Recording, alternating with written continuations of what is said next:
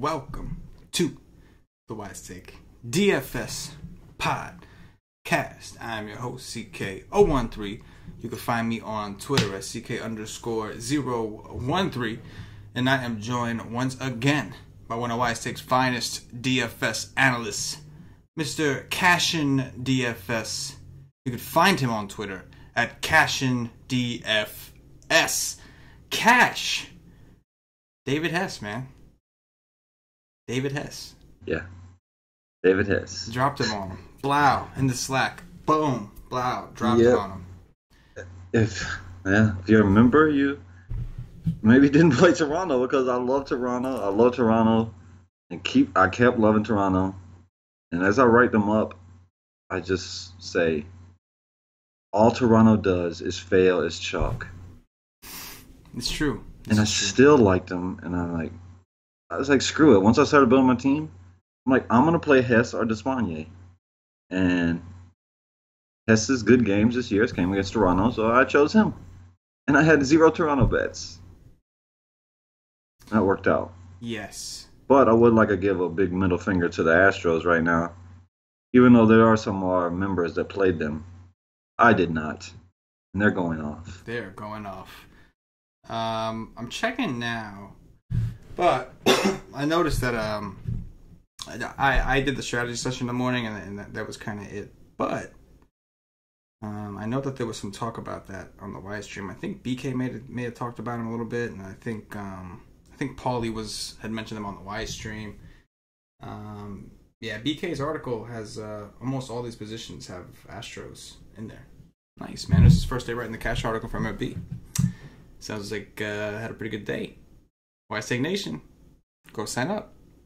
But yeah, they're all happy in the Slack. Yeah. They're all going nuts. I played mostly cash. I'm good. My cash games are all doing fine. I'm content. I got Corbin going, hoping he does the Doug Diglett. That's what I want. That's something I want to talk about. Yeah. This guy hasn't given up a home run in months. Yeah. And he gives up a home run to freaking this guy in San Francisco, a lefty. Whatever, man. I mean, you can't just go without giving up home runs ever, but right. Just come on, man. Of all places, this guy. It's of all places, on, man. Come on. Of all the places to give up a home run, and how long he gives it up to a lefty in at the Giant Stadium, I forget what it's called. Is it AT&T? Is that AT&T Park? I don't know. It's called the biggest ballpark in the world. Yes, it is. And I think the dude hit it all the way out into the bay. Oh my god. Yes. Whatever. If it's gonna be a lefty, I would think it was Belt or Crawford, not this asshole. Right. Shout out to BK, man. Great job, man. First day writing the cash game article.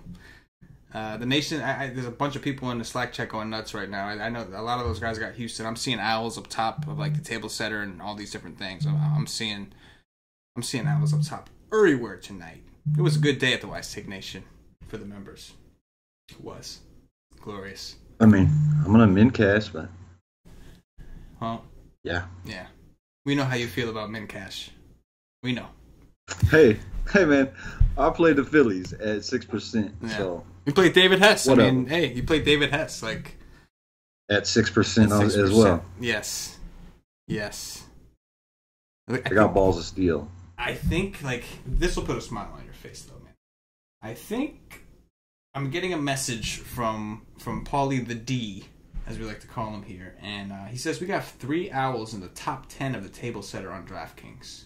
3 owls. That's the $2 thing? Yes. That's the $2? So $2 with 1,000 up top. Yep. The larger tournament, I gotta get a 20 entry max. So we've got owls up there. We got a guy in second right now. I'm in cashing it. Let me go look. Go. As they say. As Cam likes to say. And now, we eat. Oh, MG's up there. MG's up there. Of course MG's up there. He's in 4th. Ooh. And he pitched Noah. Ooh. He got Hess. A dude pitched Hess. He's got the Hess. That dude, man, I'm looking to bring him on a show, man, because he was a guy that really didn't play. I don't think he played baseball until this year. He was with us from basketball, and he was going to try it out. He put that trust in us, and now he's gotten pretty damn good, man. He's doing really good, utilizing the strategies, and he's pretty sharp now, man. It's pretty awesome. A lot of our members, they came in, started off with us, and by now, and it's been over a year, and some of these guys are sharp, man. Like even a lot of our members, maybe all day they're talking about baseball. They're hungry, and they're pointing things out that are awesome. The strategy session today was a lot more like two-sided, where we were kind of going back and forth. They were pointing things out. It's awesome. I love it. I really do. I got something to say. What's that? Like people, like the dude played Thor. He got a 10. Mm-hmm. But like people look at results way too much. You look at the ownership on Thor. Yeah. Dude is 4% owned. Right. You know what I'm saying? Yes. Like you get Thor 4% owned, one of the best pitchers in baseball. Like that's the right play every time, in my opinion. Mm-hmm. Period. I don't care if there's 60-mile-per-hour winds. I don't give a damn.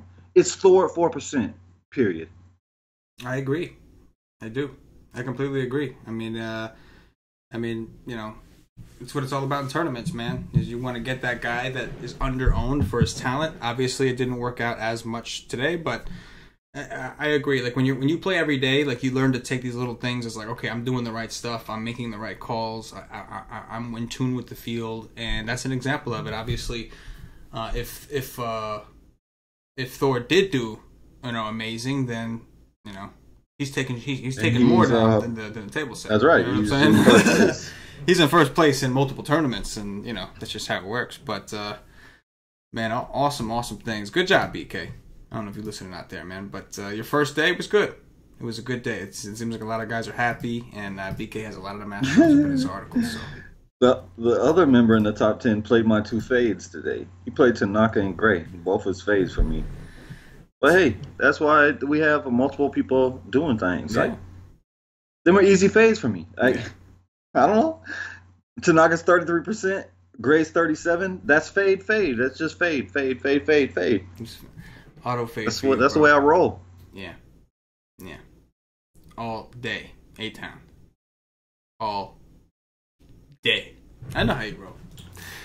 15-game slate cash, and if I had known that, I probably wouldn't have been bullshitting with you for 8 minutes because we got a 15-game slate. I should have known. It is for Tuesday. So let's jump right in here. Big game, James Shields of the Chicago White Sox visiting Lance Lynn of the New York Yankees. Paulie D's New York Yankees. Total here is 9.5. The Yankees minus 245 at home.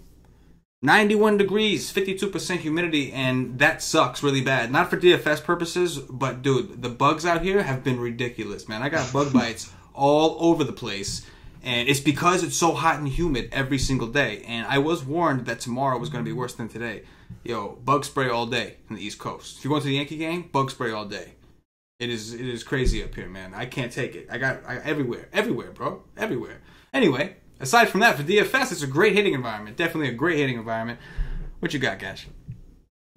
Yeah, I mean, James Shields is cheap, but nah, they just face. Oh, James Shields didn't face them. I was thinking they just played a series. I guess I'm nuts, but no, I can't play James Shields here in this weather. That's a pass. Not in Yankee Stadium. Lance Lynn. Damn, these notifications. Wasn't Lance Lynn like really chalk his last game and he busted? I'll tell you. I'm pretty sure it was right like now. Against Miami. I'll tell you right now. He was 19.8% and he got an 8. It was against Miami. It was, and he got an 8. At 7-8, he has upside here. It depends on how many lefties are going to throw at him. We know we want righties, a bunch of righties in the lineup. I mean, he's okay, but I think there's going to be too many lefties for me. Like in the projected lineup, there's 1, 2, 3, 4, 5 lefties. So that's probably a no for me as well. And it's great hitting weather. So I come to the Yankees, but probably not going to be full stacking them because they suck. Especially Stanton. I think he struck out. No, Rodon didn't even strike out nobody. I guess I was wrong yesterday. You can come into Yankee Stadium and not miss bats and still be decent. But I'll go back to Torres, Voit, and Dahar. Those guys. No stand for me at 5-2. Yeah, man, the Yankees. Well, I don't know.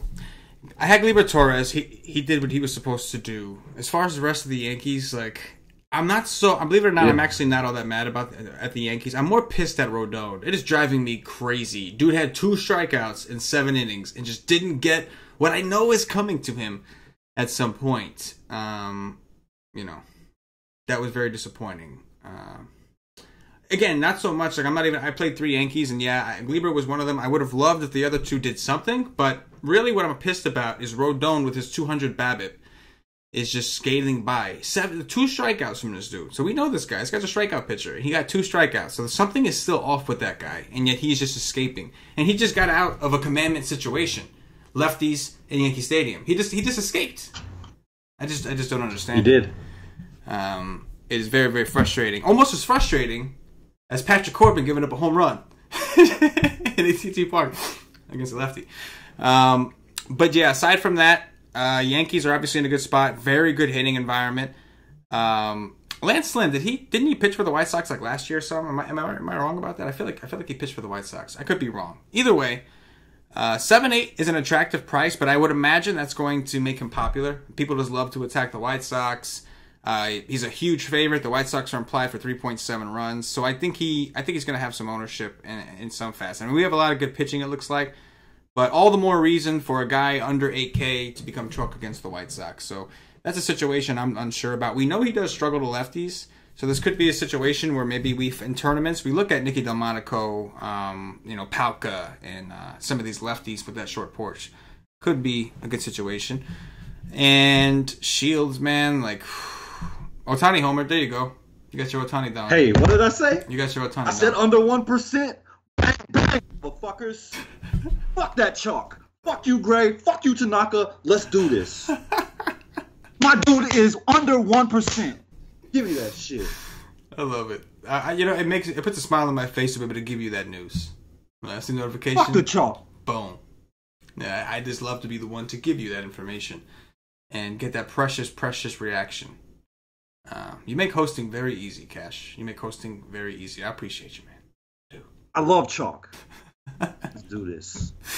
But yeah, Yankees bats are in a great spot. Problem is, James Shields has troll potential. Yankees do strike out a lot, which is always a concern with James Shields because that's typically how he gets out of his situations as he starts striking dudes out. But obviously, it's great hitting weather. You would want to look at the bats. I do think the White Sox bats could be sneaky. Yankees, obviously, not going to be as sneaky.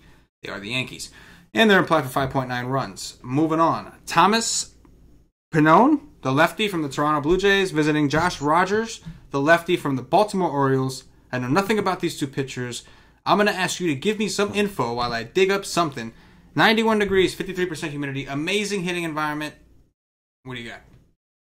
Well, old Mr. Pannone, Punani, I'm going to call him Punani. Cool with that. This guy, he just dominated these. He just dominated these O's. Like, he was only 5K. Now he's got a 2K price increase. But he did he's like a bullpen dude that came out and threw 100 and some pitches out of nowhere.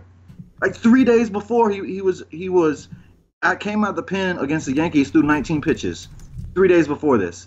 And before that, he put through 6 pitches, 20 pitches, 30 pitches. Dude came out through 108 pitches and completely dominated these guys with only 3 Ks, no earned runs, 1 hit. Like, dude was amazing. At 7.3, like, oh man, I just don't know. I just don't think I could pay that price. Like, you giving me a 5K? Yes. 7.3K?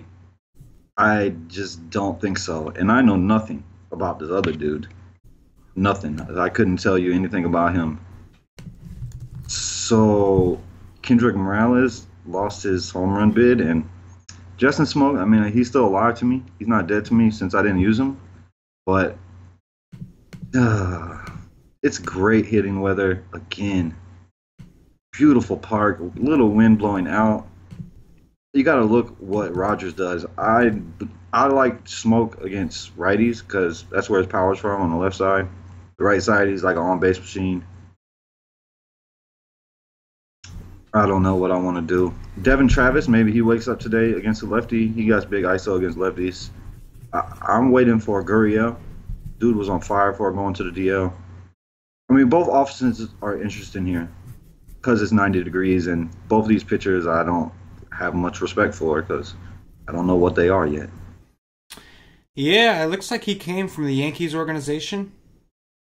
Was he a part of the trade too? I believe so, yes. J. Happ trade? Well, no. Wait, he's pitching. I'm talking about his Baltimore's pitcher. Rogers. Yeah, Rogers. Okay. Rogers came from the Yankees organization. He had 19 starts in AAA with them. 6.83 K per nine, not very good. A home run per nine, 40% ground ball rate, 3.95 ERA, 4.16 xFIP. So it sounds like he was kind of decent in AAA, but nothing like, you don't expect to translate. I would expect Toronto to be okay. I know that sometimes they can struggle against lefties, but I would think that this is a pretty prime spot for them in this ballpark after getting embarrassed by Hess. Of course, it just seems like all you really got to know is does he throw a slider. That I don't know just yet, but I'll find out for tomorrow. And as long as he doesn't, I think Toronto's in a really good bounce-back spot.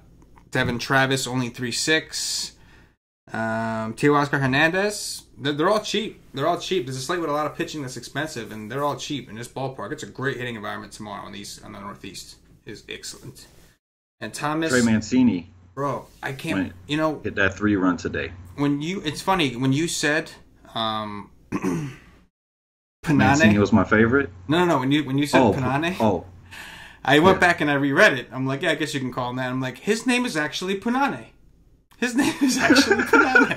Like, that's what it looks like to me. Yes, like obviously not necessarily. It's not like a full blown Punani, but it is Panani, which is close enough to Punani, and I think that's what we call him going forward. That's a great catch, bro. I can't believe I was sounding it out like a herb, man.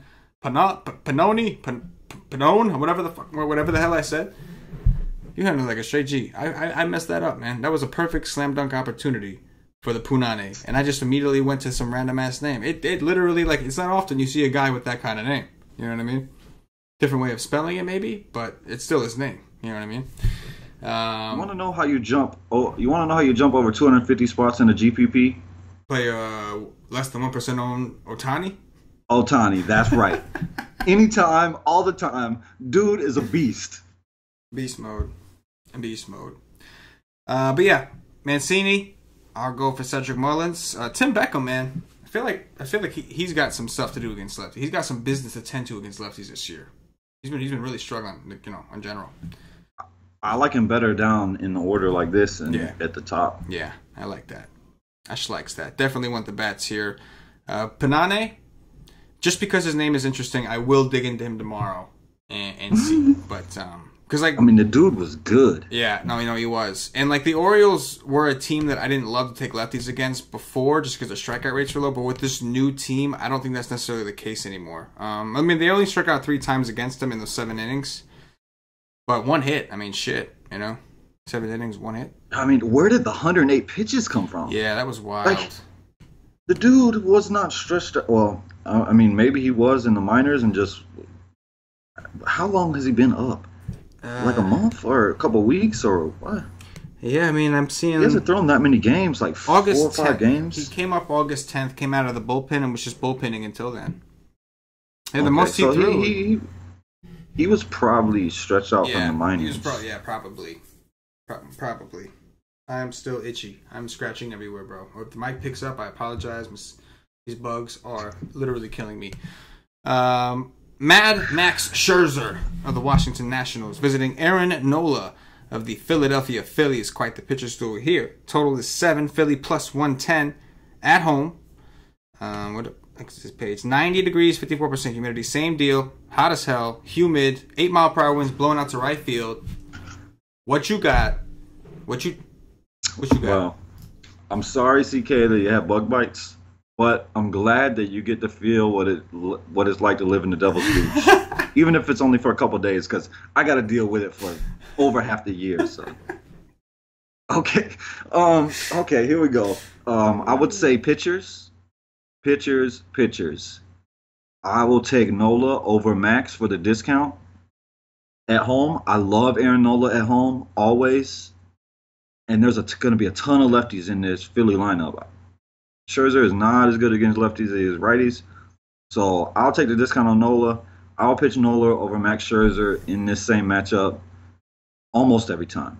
And there is no bat I would want to touch anywhere in this game unless it was a Philly lefty. That's it. I don't want Reese. I don't want anything. I don't want Ash Dribble because he sucks. But maybe Herrera, maybe Williams, maybe Santana. That's about it. But I would only play one of them, and it would only be in a big tournament, hoping they hit a home run. Yeah, this is definitely a nice spot for Scherzer. I think he just had to put up a 28 against these guys in his last start. Philly is a team that earlier this year were a heavy strikeout team against righties, like a ton of that. It's not as bad. They could still strike out, but it's not as bad now. And it is really good weather, and there's wind blowing out. Like, we have a little trifecta situation going on in this ballpark, and Scherzer is a big-time fly ball guy. So, like, I do think there are a couple of these Phillies that hit home runs. I don't know if that wind helps lefties too. If it stays that direction. If it stays 8-mile-an-hour winds blowing out to right, yes. And there's going to be quite a few lefties in here between Ash Tribble, Odubel Herrera, Carlos Santana, Nick Williams, and Cesar Hernandez. So there should be a lot of lefties. I mean, obviously, Scherzer's going to get his strikeouts, but this is definitely not a good situation for him. In a ballpark that is already smaller than his home park, so it is a park downgrade for Scherzer. 90 degrees. So the same could be said with Nola, I guess, except Nola is like, that dude balls at home. I don't know. He just seems to like to pitch at home. So, like this, something is with this park. This park produces strikeouts. Mm-hmm. Like, this is a good strikeout park because every single Philly starter has better strikeout numbers at home than on the road. Yeah, it's one of those weird things. Like, you wonder if it has anything to do with it's the sight lines or something. Right. Like behind the pitcher, or there's something going on there though for sure. But yeah, this is a situation where both pitchers are in a great spot. Only problem with Aaron Nola, he is going to be dealing with lefties. His strikeout upside does dip against lefties. The Nationals are a hard team to strike out to begin with, and again, they have like their lefties are pretty damn good too. Bryce Harper, Juan Soto. Soto ain't done shit in a while though, huh? He's like 4-1. No, he's open. Yeah. I guess he's kind of cooled off. You know who's been kind of doing stuff? Adam Eaton's finally getting. That's what happens when you're a kid. Yeah. Who? Adam Eaton. He's been finally getting going a little bit. Yeah, I love that guy. Yeah, definitely having a down year. But this is a situation where I expect both pitchers to get some ownership. Nola more for tournaments. Max I can see being very popular in cash. And in tournaments, I do think Nola is in play. Absolutely. I mean, he's got the kind of stuff that you can really take him against any matchup. If he's on, he's on, and especially when he's at home. But this is definitely like a good hitting atmosphere. It's almost a shame these two pitchers are going because this could have been a real like offensive shootout. This could have been like a football game right here. You could have had like a 21 type game with this environment. But we happen to have both their aces. I was hoping today. Yeah. That did not happen. Did not.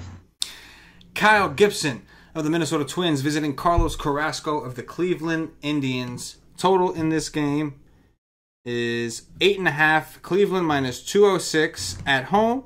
88 degrees, 57% humidity, 12-mile-per-hour winds blowing out to right field as of now.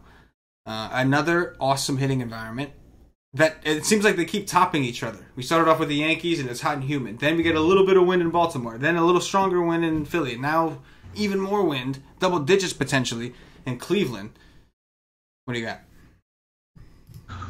Kyle Gibson is a big no. Carlos Carrasco is a big no because I don't pitch that guy at home. He's great. I love Carlos Carrasco. I love his stuff, but I do not pitch him at home. I'm definitely not going to pitch him at home at 88 degrees with wind blowing out. But I wouldn't be surprised if he had a big game, but I can't pitch him at home. The lefties for Cleveland are in a fantastic spot. E5. I think I'm still skipping Lindor. Maybe not, but the price is coming down on him. But the guy's been really cold. It's worked out for me just skipping him, just coming down and going down to that bottom. And Jose Ramirez is one of the best players in baseball. So I like Cleveland a good amount. I don't think Kyle Gibson has a shot here. I completely agree with you. This is Cleveland plays better at home. They're at home. Kyle Gibson, while he is having he's having a much improved year. He seems to be more of a guy who takes advantage of bad hitters. Bad teams. This is not the spot for him. Cleveland really doesn't strike out a ton. Gibson kind of needs those strikeouts, and wind's blowing out to right field, which like this entire team, except for like two people, are left-handed or at least switch hitters, and will be batting left-handed. This seems like a great time to stack the Indians, especially with the Twins. If there was one batter in the Cleveland lineup that's a bad hitter, who would you say it is? That's a bad hitter. Yep. Ooh, that's a tough question. Like anybody, or it got to be a lefty? Yeah, I mean, is there anybody? No. You're right. No. I'm looking here and I'm like, I mean, you would have to say Greg Allen is the worst, but right. I mean, Greg Allen is. At first when you asked me, now I'm thinking, okay, who's the worst hitter on the team? Then I started thinking about him. Like, he didn't ask me who the worst player on the team is. He asked me who's a bad hitter. And now I'm going through and I'm like, none. Okay, that's a true question because there is no bad hitter on this team. You know what I'm saying? Like, everybody here is at least decent. Even like Gomes, like everybody here is at least decent. Yeah, I mean Gomes. Yeah, you want him against a lefty more, but the guy come up and in comparison to like his position, right? Like he's a catcher. You need a catcher. In comparison to other catchers around the league, he's not bad because there's a lot of bad catchers out there. So he's not that bad. More likely not going to get you a zero. Right. Right. Gomes come up and get a single, a double here and there, and yes, that he can do. That he can do. But that just helps us stack because. Yeah, you don't necessarily want to play Gomes, but he can help it roll over. Yeah. You just wanted to keep turning over. Yeah. You just want at bats. And a lot of times, like you may not necessarily want Gomes now, but if the rest of the team is doing well, he may end up in a great situation. Like say bases are loaded, he's up, and like they have to pitch to the guy. They have no choice but to throw this man, strikes right down the middle because they can't afford to walk him. And after that, you never know. That's why Cleveland is one of the best stacks in baseball because. They can roll the lineup over all the time, like the Red Sox. Like you get down in the bottom of the order. I mean, that's why they got Bradley down there is to try to help it roll over. Right. But like you got Holt, like these guys. I mean, you know what I'm saying? Like you want your stack to roll over, and Cleveland can do that. Oh, they could the best of them. Oh, they could definitely roll. And I'm with you on Carrasco. No interest. Just don't like to take him at home either. Moving on, Junior Guerra of the Milwaukee Brewers visiting Anthony Desclafani of the Cincinnati Reds. Total here is 9.5. Cincinnati plus 105 at home. I'm sorry, plus 113 at home. 89 degrees, 52% humidity. 7-mile-an-hour winds, kind of blowing in from right. So they just said this middle fingers up, F you, and they just bounced on the whole situation. But they're not even on the East Coast. They're kind of like they're scooted over. You know what I'm saying? So they're like the lake types. What do you got here? It's Great American Small Park in 90 degrees, so I don't want to touch any pitcher. I'm good. I don't like Guerrero. I don't think he's very good. I don't think Desclafani is good either.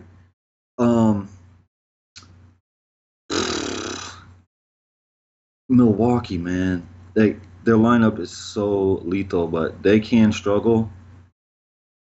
You want lefties here for sure. Yelich, Shaw, Moustakas. Thames I never play, but he is a lefty. You will never in your life catch Eric Thames on one of my teams ever.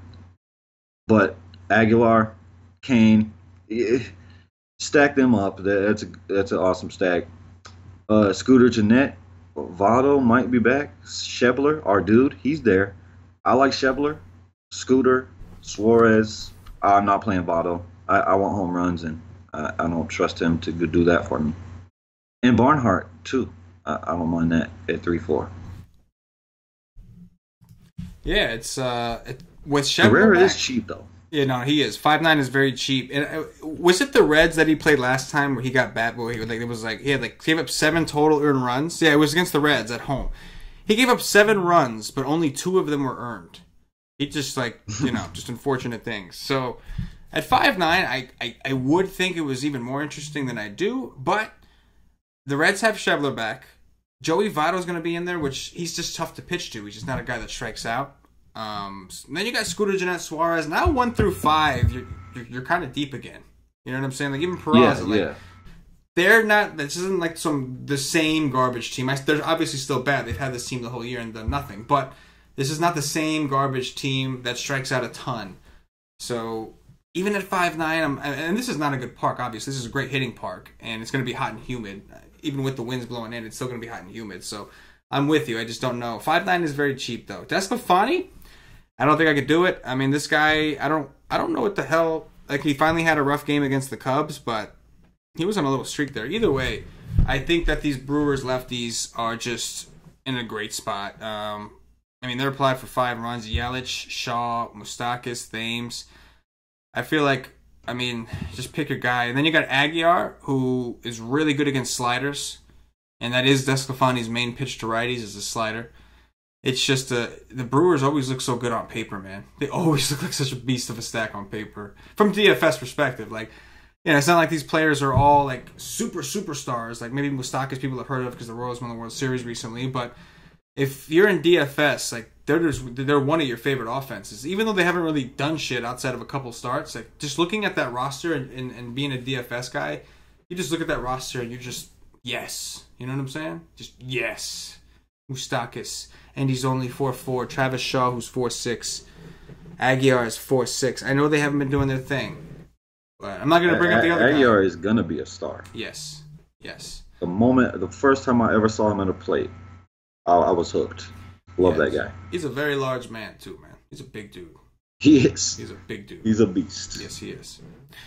Jose Urena of the Miami Marlins visiting Brian Johnson, the lefty from your Boston Red Sox. 9.5 is the total. Boston minus 243 at home. 90 degrees, 52% humidity, 9-mile-per-hour winds projected to blow out to right field. So that same East Coast weather seems to be a thing. What do you got? Again, I don't like either one of these pitchers. I'm not going to play Urena against the Red Sox at home. It just won't happen. And Brian Johnson, he was decent for a little bit there, but he's really struggled recently. So that's a no. I mean, I respect Urena, especially against righties, but I'm probably going to keep me off of stacking against him, especially when I got to pay 5.8 and 5.9 for bets in JD.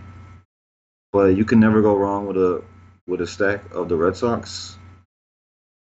I think that they're a good option. I would probably prefer Moreland and maybe Bogarts for cheaper and less ownership. But I don't love it. I don't love the Red Sox today. And on the other side, it would be Real Muto, but he's super expensive. Probably doesn't make my team unless I got the money, or Brian Anderson. That's probably it. I think I could be talked into Brian Johnson. I mean, the Marlins, they're terrible against lefties, man. They're so bad against lefties. You wouldn't think so because they have so many righties, but they've just been awful. I think even Newcomb, did the dirty to him twice. And Newcomb, not that Newcomb's bad.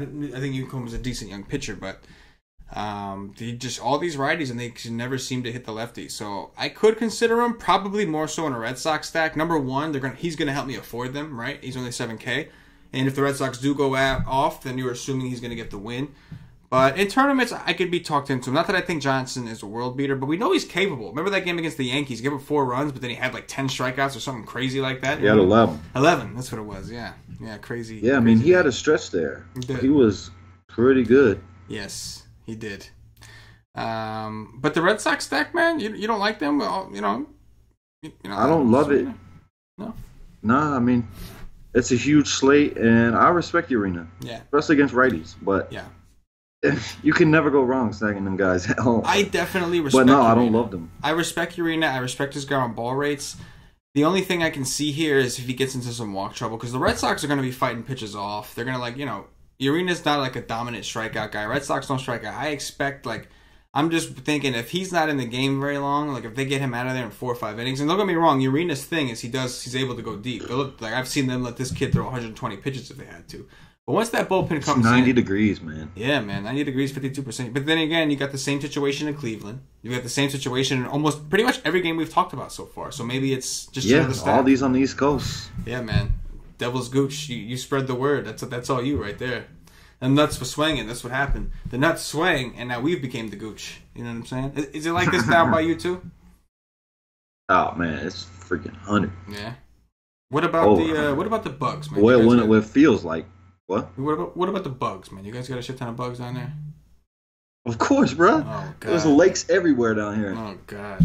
Freaking mosquitoes. I can't stand it, man. Like I literally, I look and I feel because of the itching like a crackhead. I really do, like a straight crackhead. Like if you go out into the woods, like where there a river or I would never lake, go in the woods. I don't like the woods. You will see mosquitoes that are bigger than wasps. That's fucked up. I don't want to see that. I don't want nothing to do with that, man. I don't want nothing to do with that. Damn, the Devil's Gooch.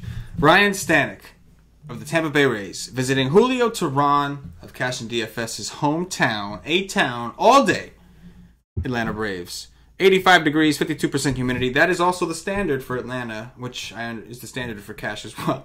Hot, humid, muggy, all that good ish. 5 mile per hour winds blowing in from center. I mean, I would imagine this is going to be a very high-scoring slate. I'm looking at the next game, which is in Arlington. So I'm assuming this is going to be like a really high-scoring slate because every area is hot and humid. So what do you got? I don't know who's coming in today. I have no idea, but it's not going to be Stanek for very long. Teheran against these Rays. These guys, they dominated Boston. They be dominating the Yankees. Like if they actually can be good against teams outside of the division, they would be a pretty damn good team because they dominate the Red Sox and the Yankees. Well, at least they just dominated the Red Sox. On the road, Teheran is always flip a coin. He could come out and get you 35. He could come out and get you -10. On this slate at 8-2. He's decent, but I probably won't be going there. But I haven't liked a lot of pitching yet, so he's okay. And on the other side, I would have to know who's coming in before I could go to the Braves. But I'll tell you one thing. I'm done with Freddie Freeman. I'm done paying almost 5K or over 5K, 4.8 for singles and walks. I'm good.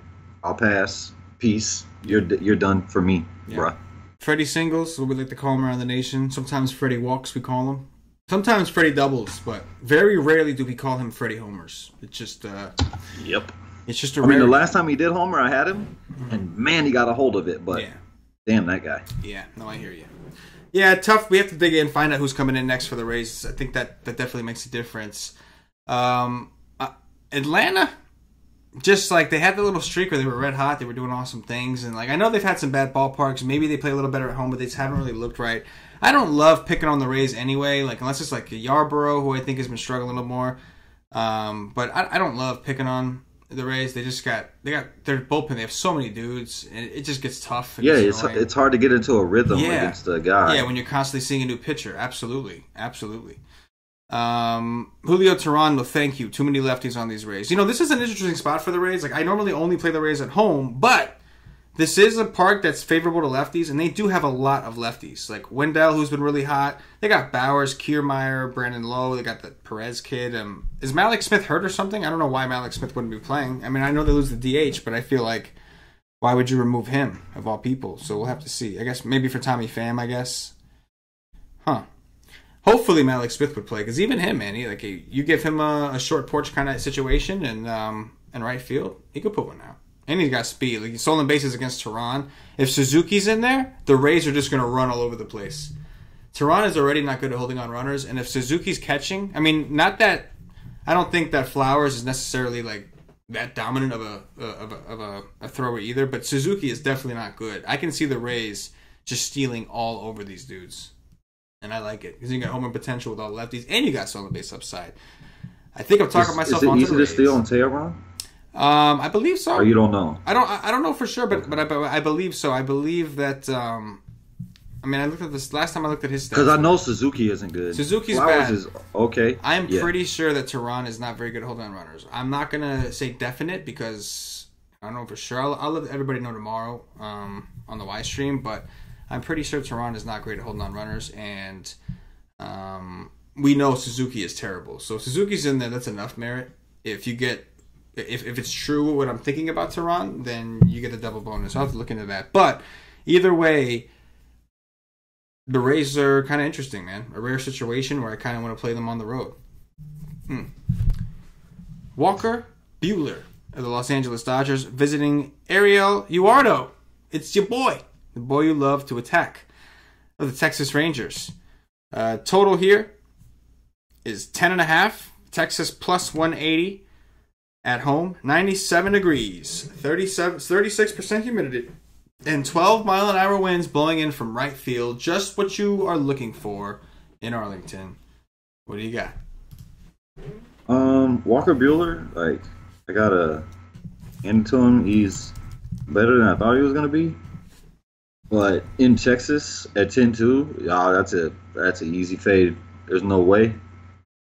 I still think he's gonna regress because I don't think he's this good, and he's been proving me wrong. So if he wasn't in Texas, he'd be an option.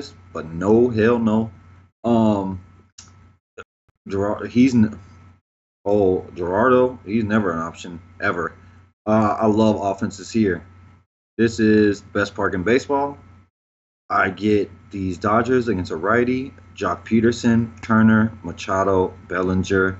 My favorite Dodger, Grandal, Muncy, just beast mode everywhere. Chris Taylor, look at this freaking lineup. I feel sorry for any pitcher that has to pitch against them, especially in 100 degrees in Texas. Good God, love the Dodgers. They have to be the best stack of the day. And on the other side, I get all these lefties against Buehler. Buehler throws, I think it's a bunch of fastballs. Odor, Chu, Gallo. Love that. Love those three for sure. Mazzara, Chirinos, Profar, all of them except Old Man Beltre. If you're old enough to be a grandfather, I don't want to play you in DFS. Yes. This looks like a great spot for both teams, but the Dodgers specifically. Obviously, like, you know, sometimes like what'll happen, I find, is like with Arlington this year. Like for the most part, I play. It's doing so well that I play a lot of stacks in here, obviously. But there was a period where there would be other good spots on the slate, and I would be like, I'm gonna try to play them. And then at the end of the night, when that stack did nothing, and the Rangers, whoever they were playing, had like 20 runs between the two of them, I just said to myself, like, why? Like, it's going off every time. Like, why? Like, why am I doing this? And then I went back to it, and things went good again. So I know for sure the Dodgers are in a phenomenal spot. This dude, Eduardo, throws himself a lot of that two-seam sinker action. The sinker is a pitch that the Dodgers can hit really well. Chris Taylor, Cody Bellinger, Grandal, Peterson, they've got some really strong numbers against that particular pitch. And you give us the awesome park, you give us a terrible bullpen coming in, you have a guy in Eduardo who mostly throws sinkers and he doesn't strike guys out. This is a wonderful spot for these Los Angeles Dodgers. I would expect it's a damn shame you can only play 5 of them. It is, right? Like, you just want to just let me select everybody. I don't even need a pitcher. Just let me select, like, give me those 2 other spots for hitters, and boom, let's just throw the Dodgers out there. But this seems like a wonderful spot for the Doyers. Texas bullpen is bad. Yeah, Texas bullpen is horrible. They are kind of expensive, but, you know, this is already, like, every atmosphere. We have, like, the next game coming up, we have the Chicago with 12-mile-an-hour winds blowing out to left, too. It's just hitting spots. Like, everywhere is a good hitting environment. You know, like, everywhere. But, yeah, I definitely, like, the Rangers, I can get down on that. Walker Buehler is very good, and they can strike out a lot. But I just feel like a couple of these guys are just going to get contact, and it's going to go over the fence when they do. This is what happens. This is what the Rangers do. But the Dodgers, for sure. I definitely love the Dodgers. They should be pretty popular, but then again, like, we're talking about all these other spots that seem like, you know, they're going to draw some ownership in. So it's a huge slate. Walker Buehler's four-seamer is very good. Yeah. Yeah, he's got some of that good location stuff. You know what I'm saying? Those at 40% of the time too. Yeah. Good vertical movement. It's almost 90. It's over 96 miles per hour average. Yeah.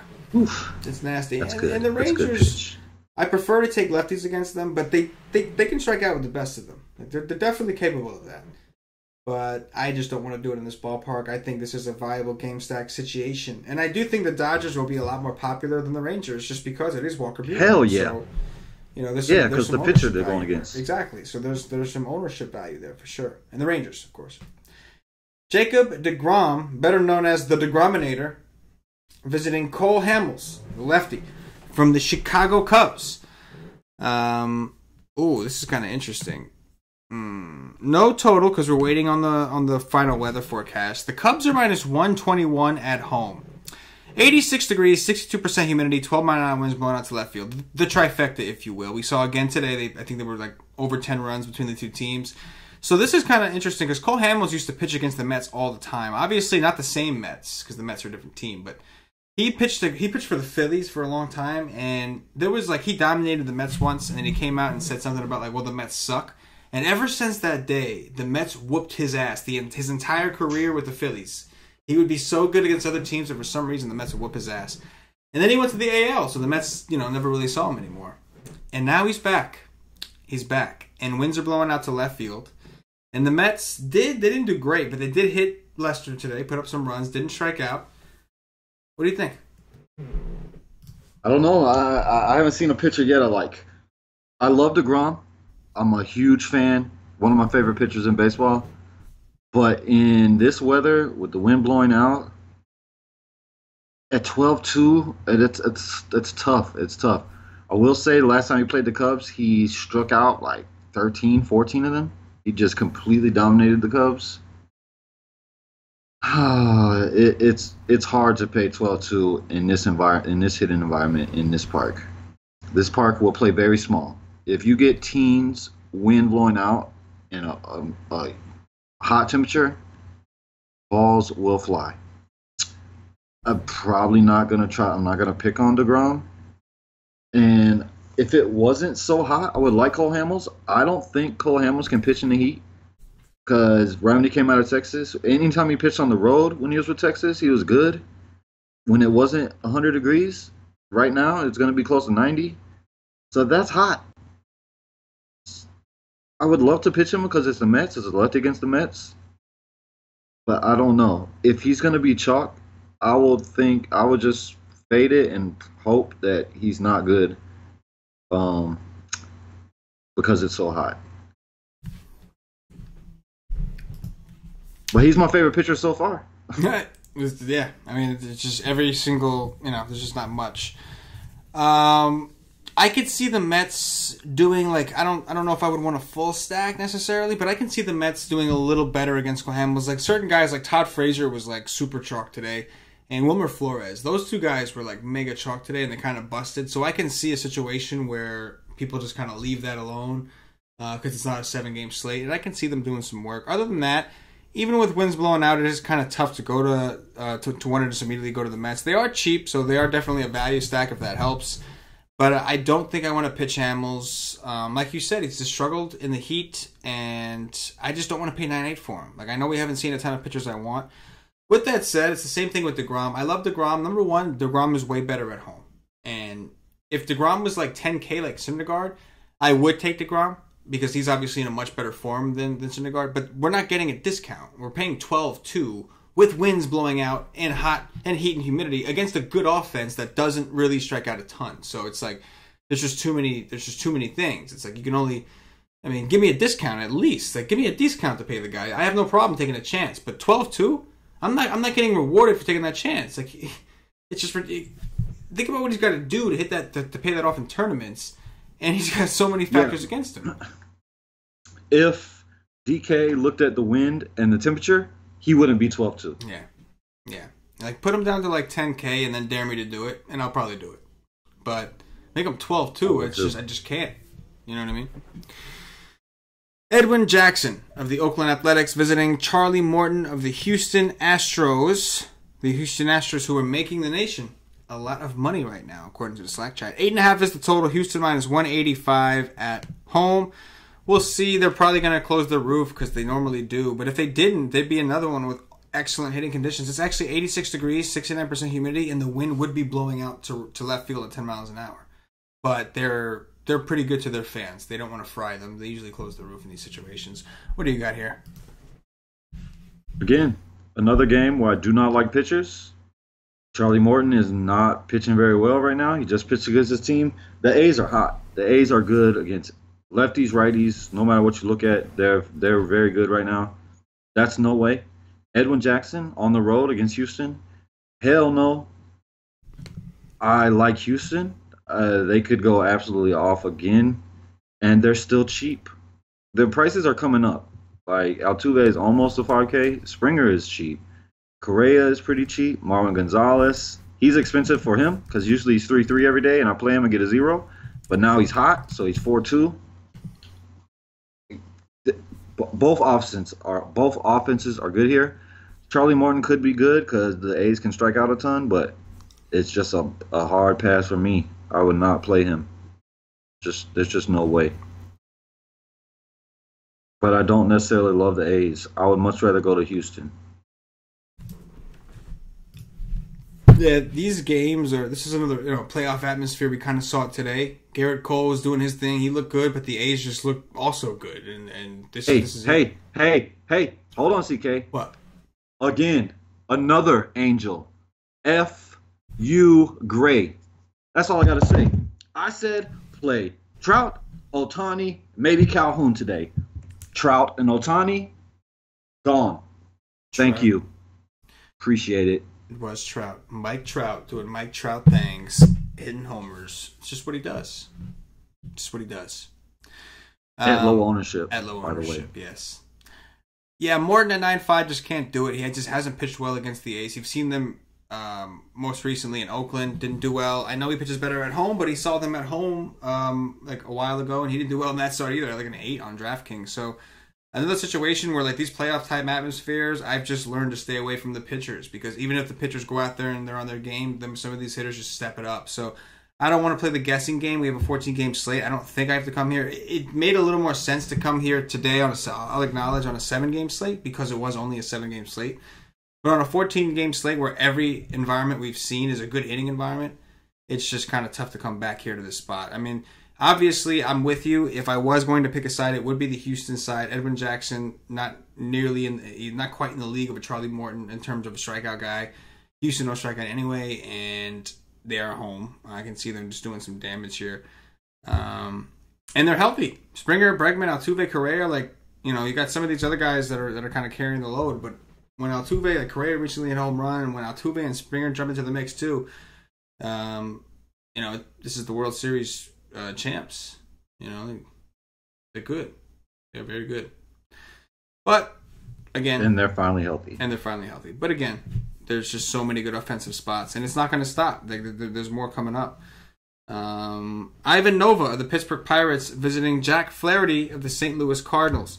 Total in this game, 8. St. Louis minus 155 at home. 89 degrees, 57% humidity. Another hot and humid environment. It does look like the wind is blowing from first base to third base, so no real movement, but no real impact. But 12 miles an hour. So pretty strong. It's just not really blowing in or out as of now. We'll see if that changes. But it is still hot and humid in St. Louis. What do you got? Jack Flaherty is an ace. He is the best pitcher on the staff. There's no question in my mind about that. I love Jack Flaherty. I mean, I don't love to pick on Pittsburgh. Pittsburgh is striking out at, I think I just looked at it. There's 20% over the last 6 weeks to righties, and St. Louis is the exact same, 20.4%. So both these teams are striking out at 20% over the last 6 weeks. Nova is super cheap. You want lefties against Nova? He's pretty good against righties. He doesn't have big K upside, but at 5'3", he could limit the damage here, especially if they want to let Wong sit. Like if Wong doesn't play and there's only Matt Carpenter is the only lefty, I could definitely go to Nova for 5'3". I think he's going to be pretty low owned. They got a big total against him, 4.5 runs. Jack Flaherty is so good. He has the stuff to K double-digit Pirates. Pirates on the road. I like to pick up them on the road. These might be my favorite two pitchers so far. Yeah. Although I do like Nola, and that's pretty much it. Yeah, no, I hear you, man. Definitely, Flaherty looks great, coming off an awesome start. I gotta think that he's, as of right now, he's got to be one of the more popular options. I mean, I haven't really seen anybody else, the same reasons that we don't like the guys. I can see Lance Lynn and him being a very popular combination tomorrow. With that said, I can see Nova going pretty low owned at 5.3. Just because it's Ivan Nova. But you make a good point, man. It's lefties who he struggles against. I think that Carpenter makes for a fine play on the other side as a one-off, but he is actually decent against righties, has a decent ground ball rate, or at least he used to. We'll have to take a look at what he's been doing lately. But yeah, I think at 5.3 there's merit to that. I think it's the Cardinals' first game coming out of Coors. We've seen some teams kind of have a little bit of a Coors hangover. We've seen that kind of happen. So yeah, I think Ivan Nova. I think it's a situation that if I was playing cash, I could play Nova and still play Matt Carpenter against him because I think Matt Carpenter hits a home run. Right. Yeah, he is going to profile well. That's for sure. And Flaherty, man, yeah. I mean, it looks like he's in a great spot. We'll have to see. As of right now, we have a couple games, but I think he's probably going to end up being the chalk, especially coming off a great game against the Dodgers, which was like a little homecoming for him. But the Pirates are a pretty bad offense. They've been striking out a little bit more lately, and they just haven't really looked all that great. So, I mean, Flaherty looks great. Nova, though, is a nice little contrarian low-owned play. I don't think he'll be very popular. I think most people will do like a Lance Lynn as a SP2 tomorrow with Flaherty. Next game, Matt Boyd, the lefty of the Detroit Tigers, visiting Jake Junis of the Kansas City Royals. Total here is 9. Kansas City minus 115 at home. 86 degrees, 64% humidity, 13 mile per hour winds projected to blow out to left center. Another good hitting environment. What do you think? I like both of these pitchers just because the offenses. Matt Boyd, I don't think he's very good, but the guy just keeps coming out having good games. He's 7'6". Last time he played these guys, it was, what was it? He put up a 23. This team, the offense, both of these offenses are bad.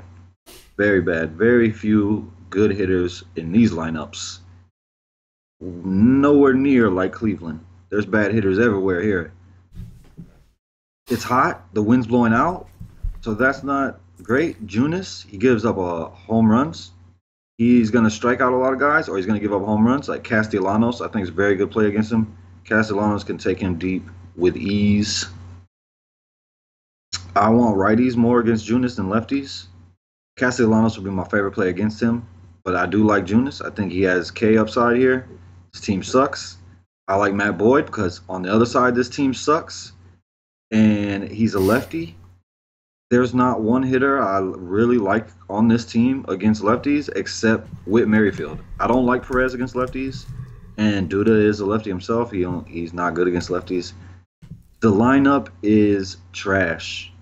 Look at the Kansas City lineup. It should not even be allowed to throw that lineup out.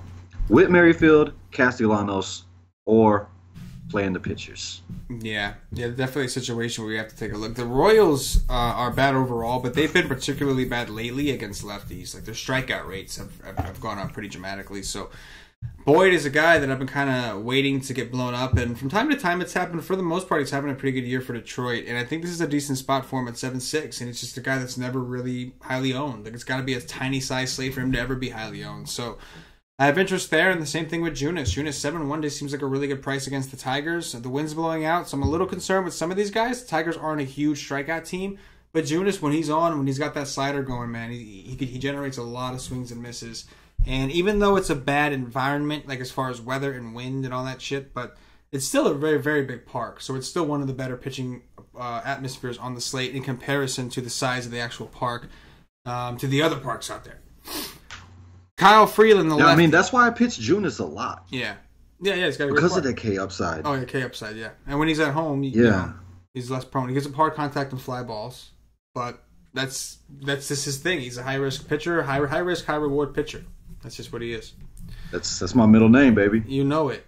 You know it all day. So is Mr. A-Town all day. That's your other name. And Mr. Friendly. You've got a lot of names. You got a lot of aliases. Mr. Friendly hasn't happened in a minute. Mr. Friendly hasn't happened in a minute. You're right. Kyle Freeland. No, but what you was just saying, Kansas City, over the last 6 weeks, almost 26% K rate. Yes. 62 WRC plus. Yes. 264 WOBA. Woo-wee. Glorious. Yeah, Kansas City sucks balls. Major ones, big ones. Like you know how you live in the Devil's Gooch? Well, the balls that hang right above that, that's what Kansas City is sucking on right now. You know what I'm saying? Their ISO is .090. 0.90 is their ISO. Yes. Like, you're the laughing stock of baseball. Like, yes. Get them. And they just won a World Series like a few years ago. Crazy, huh? Crazy. Kyle Freeland, the lefty from the Colorado Rockies, visiting a pitcher to be named at a later date of the Los Angeles Angels. They haven't announced a pitcher. I checked on multiple sources, and I do not see a pitcher. No spread, no total, obviously, because there's no pitcher announced for Los Angeles. 75 degrees, 61% humidity, 6 mile an hour winds blowing out to right field. Tell me what you can. I mean, it's hard to talk about the Rockies when we don't know who the hell's pitching against them, but... Well, it's easy for me to talk against them. The Rockies suck on the road. There you go. No matter who they're playing against, they suck. Kyle Freeland. Oh, man. I wish he was a little cheaper. But I love lefties against this team. While Gray as chalk today was an easy fade, and I wanted to play guys against him to hit home runs. That was beautiful. But Kyle Freeland is not going to be chalk, in my opinion. And he's a lefty, and I love to tag the team with lefties. I don't care that Mike Trout is back. Doesn't bother me. Mike Trout is the only bat in this lineup I'm scared of against a lefty. Rene Rivera, I will say, he's back. He will smash lefties. So he's definitely an option, cheap catcher option if he plays. But Kyle Freeland, man, this guy is good. He's good. I like him better at home usually, but just like Gray, it's kind of weird that there's 3 Colorado pitchers that I'd rather pitch in Colorado than on the road. But I really like this matchup for him a lot. Yeah, it does seem like a really good matchup, and the Angels are terrible against lefties. So, great park for Freeland. I know you like him better at home, but this is an awesome park upgrade for him in general. Against a team that's continued to struggle against them all season, maybe I agree that I think his ownership, because of his price, I think that's going to lower his ownership, especially because Gray obviously got his ass kicked, and I think we can all agree that in general, Gray is a much better pitcher than Freeland overall. But, no doubt. But yeah, I think this is a phenomenal spot for Freeland. It's just a team that just has horrible platoon splits. They just, for some reason, outside of Mike Trout and maybe a Rene Rivera, they just don't hit lefties well. I do think that Tyler Ward, though, he is one guy that I expect him to be able to hit lefties. You know what I'm saying? I do expect He's going to be a stud. I do expect that. But either way, Freeland seems like a pretty good spot on a slate where we don't have a ton of pitching options. But we do have one in the last game. Now, this next one, not really, but the last game. Move on to the next one. Felix Hernandez of the Seattle Mariners visiting Jacob Nix of the San Diego Padres. Total in this game, currently 8.5. Padres plus 110. At home, 73 degrees, 74% humidity. Winds blowing in from left field, 8 miles an hour. It's got to be one of the better pitching environments on the slate in comparison to all the other damn games. What do you got? Seattle, Knicks, he's only 4-1, so you don't need him to come out and strike out a bunch of Seattle Mariners. Seattle Mariners, they're not going to strike out. They're not going to strike out. They don't have many strikeouts in their lineup. Zunino is one. Other than that, there's not big strikeouts in this lineup for the most part. They're not gonna have what's his face, my dude Cruz, because they don't have DH, so he's not gonna be in the lineup. So that does weaken it for sure. I think Knicks is definitely an option at 4-1. He only has to go out and get you 10. If he goes out and gets you anything other than that, it's just gravy. He could go out and get a 15. It's just gravy. It's a late night hammer that should be low owned. He's going to have ownership because he's 4-1. Guys going to make teams that they love all their bats. They love their high price pitcher. and he's going to have ownership, but it's not going to be very high. I think Knicks is definitely a tournament option at 4-1, maybe even a cash option because he's so cheap. Felix Hernandez is a bag of shit. Don't ever play him. I will take some bats against him, but they're not as cheap as I would want. If my dude Reyes is in there, he's super cheap still. I would think he's not in projected lineups. I don't see him, but I could stack against him just because I know the San Diego Padres come in at 3% or less, and he really sucks. But it's not a great hitting environment. There's way better options tonight. I can actually see people I feel like more people that we're going to pay down would be willing to roster Felix Hernandez at 5-5 against the Padres. Never on the road. No. I'm with you. But I think some people will. Like, we were talking about Nova against the Cardinals. I think more people, I'm just a hunch, but I think more people will play Felix Hernandez at 5-5 against the Padres. It's the Padres. Right. I think that's a thing. And I think that Ivan Nova is the perfect pivot off of that. Like, I'm not saying that Felix Hernandez is going to be mega chalk or anything, but I do think he's going to have some ownership. I don't think he's going to come in. I think people, like you said, there's going to be people who want to load up on expensive bats, and they're going to want to pitch one decent pitcher and one really cheap pitcher. And I think that Felix Hernandez is going to be the guy they do, because they always do. They always take guys against the White Sox, the Padres, or certain teams that they always do it to. But I'm with you. Felix Hernandez, I mean, there's a reason that guy got pushed to the bullpen, man. Like, he's been a staple for that team. Like, they really did not want to do that. They had to. He was killing them. He was literally killing them. Yeah, I mean, obviously there's so many good offenses, it's hard to come here for offense, but I think at the very least, I will stay away from Felix. I mean, that's the least I can do, you know? And Knicks at 4-1 is kind of intriguing. I don't necessarily want to pick on Seattle. They'll strike out a lot, but 4-1 is really cheap. I mean, this kid's got pedigree. Like, you know, like, I know he didn't have a good game against the D-backs, but I mean, he did dominate Philly. Yeah. 4-1. I mean, he didn't do much in cores either, but all of that is good for me because I will keep people off of him. Like, 4-1, he doesn't got to do much. No, he doesn't have to do much at all. And if he can get you, all he has to do is basically not get you negative. Like, you know what I'm saying? That's all he has to do. If he went out and got you a 20, like, you're jumping for joy. Like, yeah, you're David Hessing. That's slate winning. That's a slate winning number right there. You're David Hessing. If everything else comes together. Yeah, agreed. Next up, last game.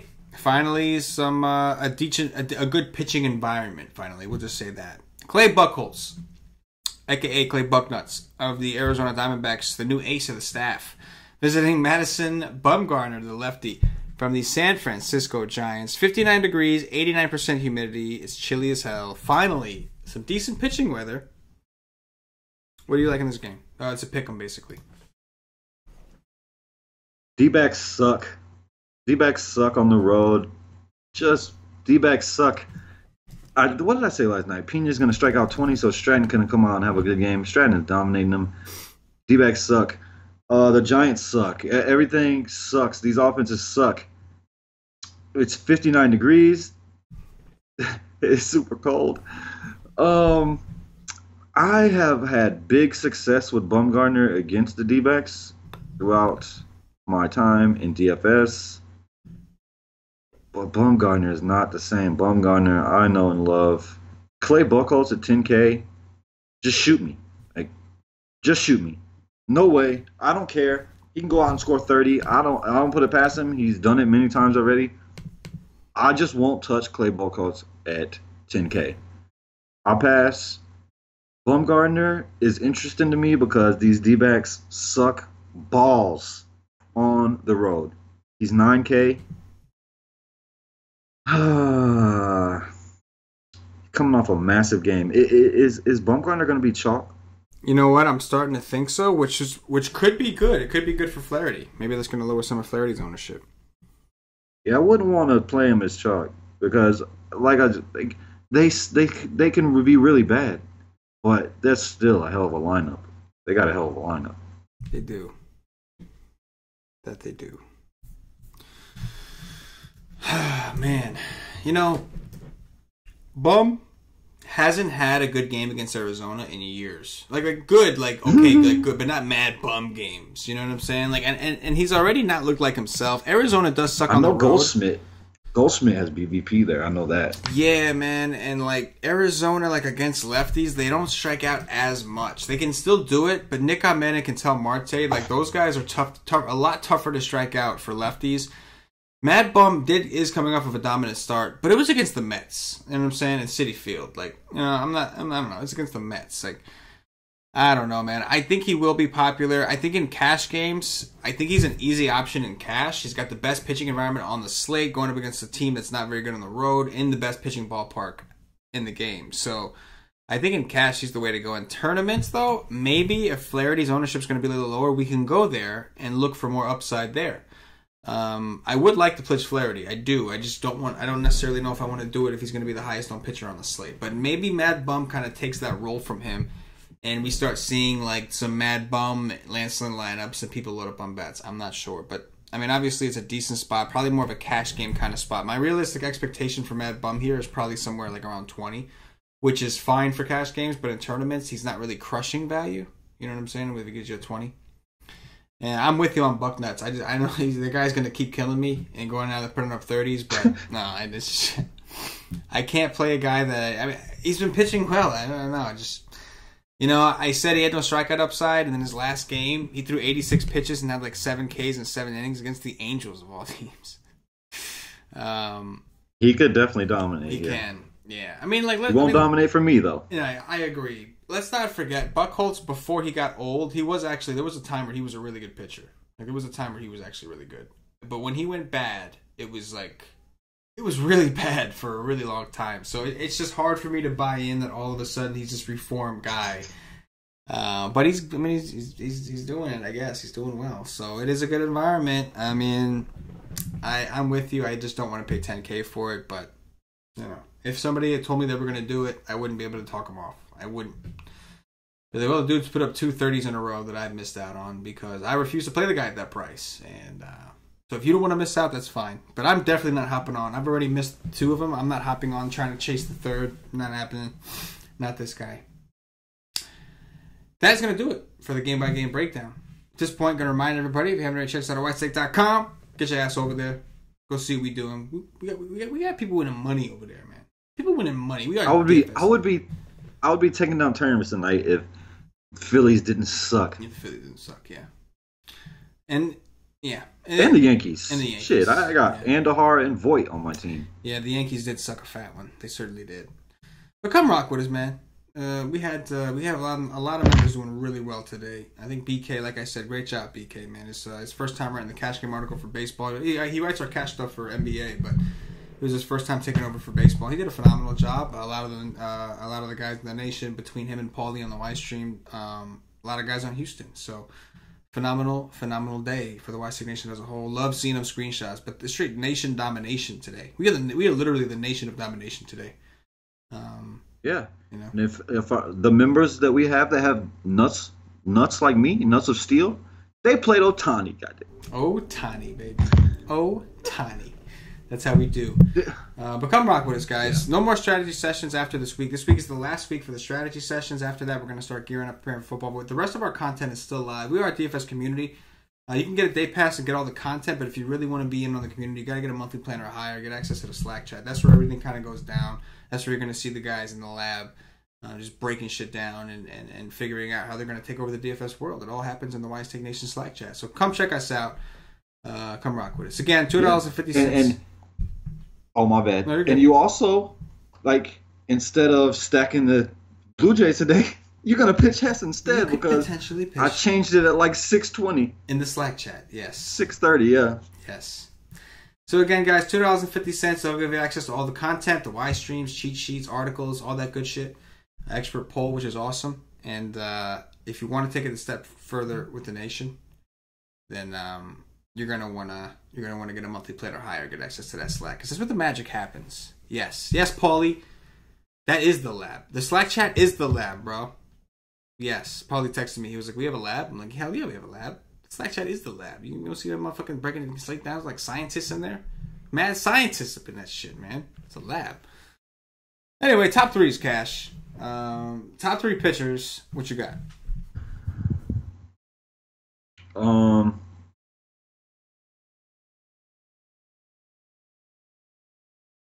Oh my god. I never thought this guy would make a top three for me. Jack Flaherty is number one for me. I'm gonna say Nova in the same game is number two for me. And then I'm gonna say Matt Boyd is number three. Never did I ever think Matt Boyd would ever make a top three pitcher for me. Yes, that is wild. I think Mad Bum would be the cash guy for me if I'm playing cash games. Kyle Freeland is the pivot I like in tournaments, and then I forgot about Freeland. Yeah, yes. Damn Boyd. Freeland's number three. There you go. And then I'll ride with John Ivanova, man. I think this could be an interesting spot for him against the Cardinals with all the righties that they have. Don't expect a ton of Ks, but at 5-3, we don't need a whole ton. And Nova's actually been pitching pretty decent lately. 15 against the Braves, 14 against the Cubs. I mean, at 5-3, you would take those scores and move on with a smile. Top three stacks. What do you like? A lot of bats. A lot of stacks to choose from. Yes, there is. The Dodgers are number one, for sure. I don't see that going anywhere. Cleveland is number two. And I want to say something a little different.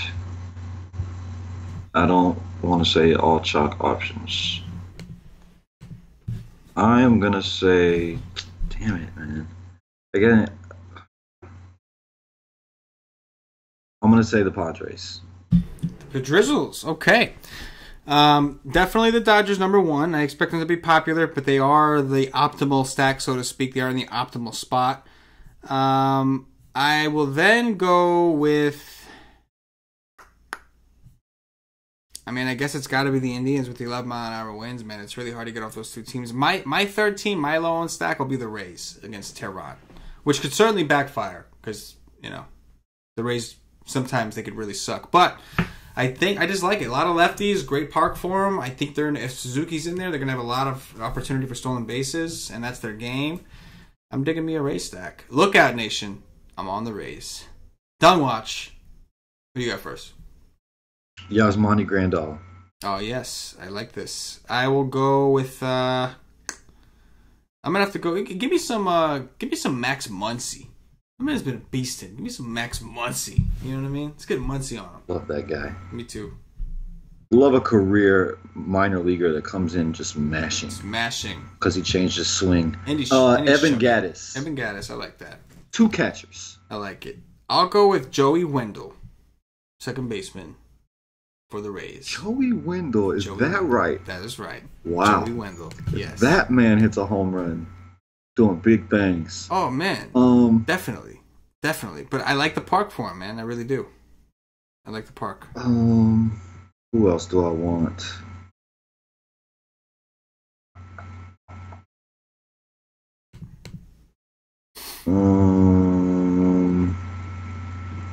I'm going to say...